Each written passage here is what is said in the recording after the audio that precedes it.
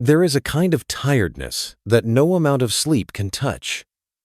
You can rest for hours, even days, and still wake up feeling heavy. This isn't the exhaustion that comes from working too much. It also isn't burnout in the usual sense, but somewhere deeper. And it isn't quite depression either, even though from the outside it might look similar. This is a different kind of fatigue, a weariness that comes from existing at all, from realizing that you have to do this again and again, day by day. People who feel this way often struggle to explain it because there's nothing obviously wrong with their lives. They might have stable jobs, people who care about them, a life that looks perfectly acceptable on paper, and that's what makes it so confusing. They don't necessarily hate their lives. They're not always hopeless. They're not constantly sad. They're just tired. Tired of maintaining a body. Tired of managing emotions. Tired of responding, deciding, adapting, coping. Tired of being a person in a world that never really pauses. And because there's no clear crisis, no dramatic breakdown, this exhaustion often gets dismissed by others and by the person experiencing it. They tell themselves they should be grateful. They tell themselves to push through. But beneath all of that is a quiet truth. The effort of existing has started to feel heavier than it used to. And once that feeling appears, it's hard to ignore. Psychologists sometimes refer to this state as existential exhaustion. Not exhaustion from what you're doing, but from the simple fact that you are. To understand it, you have to look at what being alive actually requires. Every day, you wake up and immediately have tasks. You have to feed yourself, clean yourself, dress yourself, move your body from place to place, make decisions, solve problems, interact with other people, regulate your emotions, respond appropriately. Then you sleep, and the next day, you do it all again. For most people, this cycle fades into the background. Routine dulls the awareness. Distraction smooths the edges. Life becomes something you move through without examining too closely. But for some people, that awareness never shuts off. They become painfully conscious of the mechanics of living, how repetitive it is, how effortful it is, how relentless it is. And once that awareness clicks into place, it's almost impossible to undo. The repetition starts to feel suffocating, not because life is particularly bad, but because it feels endless. Endless maintenance, endless effort, endless responsibility just to keep existing in a functional state. Existential exhaustion isn't about despair. It's about saturation. It's the feeling of having seen too much of the pattern, of realizing that this isn't a phase you're passing through. This is the structure of being alive. And for some nervous systems, some minds, that realization alone is exhausting. Many people who are tired of existing describe life as something they're performing, not living. It feels like being handed a role you never auditioned for, a script you didn't write, a routine you're expected to follow without questioning why. You wake up, do what's required, say the right things, respond the right way. You show up where you're supposed to show up. You meet others' expectations. You play your part convincingly enough that no one asks questions. From the outside, everything looks functional, responsible, and very normal. But inside, there's a growing distance. You're not engaged. You're compliant. You're not choosing. You're following momentum. You're not invested, you're enduring. And the exhausting part isn't the tasks themselves. It's pretending that they matter to you the way they're supposed to. Pretending you care about conversations that feel empty. Pretending you're motivated by goals that don't resonate. Pretending the future feels inviting when you can't imagine wanting it. This creates a quiet kind of alienation, not from society but from your own life. You start to feel like an actor who forgot why the play exists. You still deliver lines, still hit marks, but no longer believe in the story. And when life becomes something you perform instead of something you inhabit, every day costs more energy than it should because none of it feels like it belongs to you. Over time, this constant performance begins to dull emotional response. Things that once felt meaningful start to feel flat. Not painful, just empty. Psychology often links this state to anhedonia, the reduced ability to feel pleasure. But for people who are tired of existing, it goes beyond not feeling joy. It's that nothing feels worth the energy anymore. Even activities they once loved now feel like obligations. Something else to maintain, something else to pretend enthusiasm for. There's also often a sense of depersonalization, a feeling of watching your own life from a distance. You move through the day on autopilot. Your body does what it needs to do. Your voice answers when spoken to. But internally, you feel strangely absent. Life looks muted, as if there's a pane of glass between you and the world. You can see events happening. You understand what they mean, but you can't fully feel them. And the most exhausting part is the effort to reconnect, trying to care, to feel something genuine, to convince yourself that this moment matters. But the harder you try to force meaning or emotion, the more artificial it feels. So eventually, many people stop trying. They conserve energy by staying numb.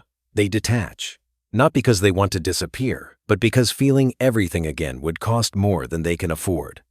When closeness has become too heavy to hold, the nervous system chooses distance. This kind of exhaustion rarely comes from a single cause. It's usually the result of accumulation. After years of effort without the return you hoped for, years of believing things would eventually feel lighter. But they stay heavy day by day. For some people, it comes from trauma. This kind of trauma is not always one dramatic event, but a long series of smaller ones. The moments where you needed support and didn't receive it.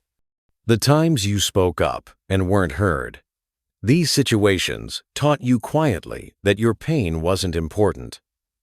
Over time, those lessons settle in the body. You stop expecting relief. You stop trusting that effort will lead to safety or fulfillment. For others, the exhaustion comes from awareness, seeing too clearly how the world works. Understanding systems that reward exploitation, recognizing how much suffering exists beyond your control, noticing how arbitrary outcomes can be, how little fairness is guaranteed. When you see life this way, optimism starts to feel dishonest. Motivation feels forced. Participation begins to feel like consent to something you don't believe in. And sometimes, there is no narrative reason at all. Brain chemistry shifts, neurotransmitters misfire, energy drops, interest fades, the world loses texture. When this happens, people often blame themselves. They assume they've failed morally or psychologically, but exhaustion doesn't always come from weakness. Sometimes it comes from a system, internal or external, that has been asking too much for too long. Existential exhaustion is not a flaw in character. It's a signal that says something inside you has been overextended without enough recovery, safety, or meaning to sustain it. One of the hardest parts of existential exhaustion is that there's no safe language for it. If you say, "I'm tired of existing," people often panic. They hear danger. They assume you want to disappear completely. So the conversation immediately shifts to crisis mode, fixing, saving, or controlling. But existential exhaustion isn't the same as wanting to die. People in this state aren't usually asking for an ending. They're asking for relief. They don't want everything to stop forever. They just want the effort to stop for a while. This distinction matters, but it's rarely understood. So most people learn to stay quiet. They soften their words. They say they're burned out. They say they're just tired. And while those words are socially acceptable, they don't fully capture the weight of what's actually happening. What's being carried isn't just stress. It's the ongoing burden of staying functional in a world that never slows down. When there's no language for your experience, isolation deepens. You begin to feel invisible inside your own suffering. So you keep going. You perform wellness. You meet expectations. And you hide the exhaustion so well that no one realizes how much effort it takes just to remain present.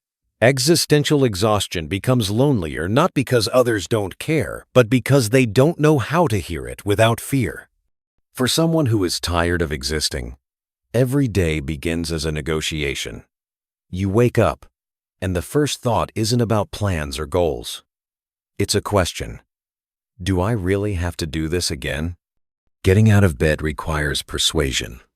Not because your body can't move, but because your mind is already overwhelmed by the idea of another full day of being conscious.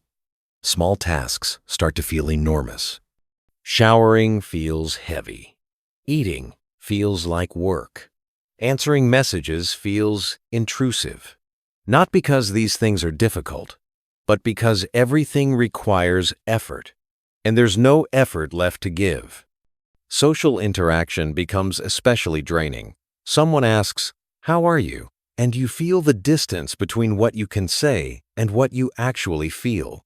You want to say, "I'm exhausted from being a person," but instead, you just say, "I'm fine." And even that small lie costs energy. Responsibilities pile up quietly. From the outside, it can look like laziness, like lack of motivation, like someone who just isn't trying hard enough. But inside, there's a constant internal effort happening, the effort to stay present, to respond appropriately, to keep functioning at the minimum level required. People don't see that effort. They only see what isn't getting done. And being misunderstood on top of being exhausted makes the weight of existence even heavier. When someone is tired of existing, pressure is the last thing they need. Be grateful. Stay positive. Just push through. Those messages don't heal exhaustion. They deepen it. Psychology has a concept called learned helplessness. When a person tries again and again to improve their situation and nothing truly changes, the mind eventually learns that effort doesn't matter, so it stops trying. Many people who are exhausted by existence have already tried. They've searched for meaning. They've worked on themselves. They've hoped, adjusted, endured. And when hope keeps ending in disappointment, the nervous system chooses numbness instead. What actually helps isn't force. It's permission. Permission to rest without guilt. Permission to function at a lower capacity. Permission to not have answers, goals, or a 5-year plan. Professional support can matter, especially therapies that focus on meaning rather than productivity, like existential therapy or acceptance-based approaches. Medication can help when biology is part of the weight, but often, the most healing thing is much quieter. Someone who doesn't rush to fix you. Someone who can say, "I see how tired you are." Small moments also matter. Not big breakthroughs, but gentle ones. Warmth, silence, a moment of sunlight. Not because they solve life, but because they make the present moment slightly less heavy. And here's the most important part. This state feels permanent, but it isn't always. Meaning can return. Energy can rebuild. Not through pressure or willpower, but through time, safety, and compassion. If you're tired of existing, you are not broken. You are someone who has been carrying too much for too long. And for now, surviving is enough. Resting is enough. Being here at the minimum level, you can manage that as enough.